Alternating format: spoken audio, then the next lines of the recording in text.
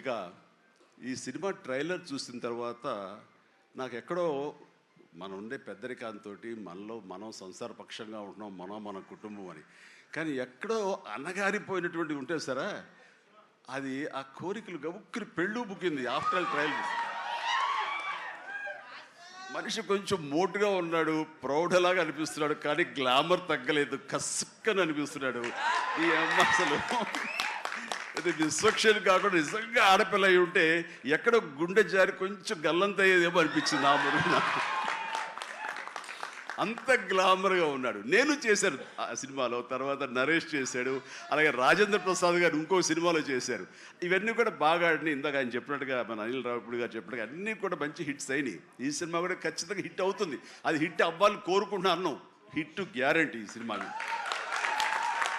అంటే ఒక హీరో అంత రగ్గడగా, అంత టఫ్గా, అంత మొరటుగా ఉండే మాస్ మనిషి అంత నాజుగ్గా నవనవలాడుతూ ఛాన్స్ దొరికి పక్కన ఉండుంటే కనుక బుగ్గ కొరికే అనిపించే అంత ఫీలింగ్ ఉంది. అంటే అండ్ డెఫినెట్లీ ప్రతి వాళ్ళు ఆ కోరిక తీర్చుకోవడం కోసంగా, చూసుకుంటూ ఉండడం కోసంగా వెళ్తారని అనుకుంటున్నారు. ఖచ్చితంగా వెళ్తారు, ఆనందిస్తారు.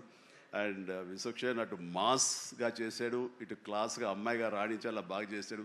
అండ్ కథాంశంలో రామ్ నారాయణ డైరెక్టర్ చాలా ఎంటర్టైన్మెంట్ తోటి కామెడీగా ఉండేలాగా మొత్తం అంతా చాలా బాగా చేశాడని సాహు వాళ్ళు చెప్తుంటే కనుక ఎక్సలెంట్. ఈ రోజున అది కావాలి. అండ్ అనిల్ రావిపూడి తీసినటువంటి సినిమా నేను మొన్న చూసినప్పుడు నాకు ఆద్యంతం ఎక్కడ ఏంటి లాజిక్గా ఏది ఏమి పట్టించుకోలేదు. అసలు ఎక్కడ ఏం జరుగుతుందో అనేది లేదు. మరి మన పెద్ద ఆయన ఏం రాశారో తెలియదు, కానీ దాని మీద రివ్యూస్ ఎలా ఉన్నారా?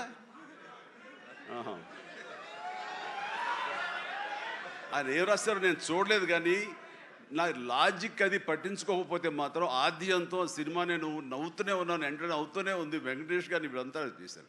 అదే రీతిలో ఈ సినిమా మన రామ్ నారాయణ గారు అదే రకంగా తీస్తారని చెప్పేసి ఎక్కడ ఊపిరి సలుపుకొనివ్వరు, ఎక్కడ లాజిక్ ఆలోచన పెట్టనివ్వరు, బ్రెయిన్ ఉపయోగించనివ్వరు. కేవలం హృదయంతో ఈ సినిమా చూస్తూ ఈ సినిమా ఆద్యంతం ఆనందంగా ఉంటుంది, ఎంజాయ్ చేస్తారని అనుకుంటున్నాను. అండ్ విశ్వక్షేణ్ ఖచ్చితంగా ధైర్యంగా ఉండి ఏం కాదు, ఈ cinema block buster. Ram Narayana God bless. And తర్వాత ఈయన కరాటే రాజుగారు అంటారు. ఈయన 18 ఏళ్ళు అయిపోయిందేమో కదా. ఆ టైంలో నాతో పరిచయం, ప్రజారాజ్యంలో ఆయన ఉండి ఆయన ఒక రాజకీయగా జై జై జై జనసేన, ప్రజారాజ్యం మారిపోయింది.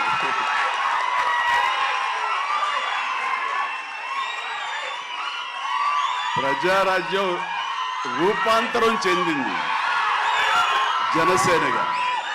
I'm very happy. ఆ రోజున పొలిటికల్గా తను రావాలి అని, పొలిటికల్ ఎదగాలని తన ఇంట్రెస్ట్ అని చెప్పినప్పుడు నేను వెంటనే ఆయనకు అవకాశం ఇవ్వడం జరిగింది. బట్ పరిస్థితులు ఇంకోలాగా ఉండేది. అలాగే అప్పటి నుంచి నాతోటి సత్సంబంధాలు ఏర్పరచుకున్నాడు. వాళ్ళ అబ్బాయి ఇలా సినిమాలోకి వస్తాడు అని కూడా చెప్పాడు. నేను వాళ్ళ ఇంటికి వచ్చినప్పుడు ఏదో పూజకు వచ్చాను ఒకసారి, అయ్యప్ప పూజకు వచ్చినప్పుడు. చాలా చిన్నవాడు అనుకుంటా విశ్వక్షేణ్. బట్ మరి ఎట్లా తనలో ట్రిగ్గర్ అయిందో, మరి అంత దూరంలో ఉన్న హాలీవుడ్లో ఉండి హైదరాబాద్లో సినిమాల్ని ఎలాగ ఆకర్షితులయ్యో తెలియదు. ఇంత నువ్వేనో అన్నమాట. దిల్షుక్ నగర్ అమెరికా దగ్గర అనిపిస్తుంది, దిల్షుక్ నగర్ అంతవరకు.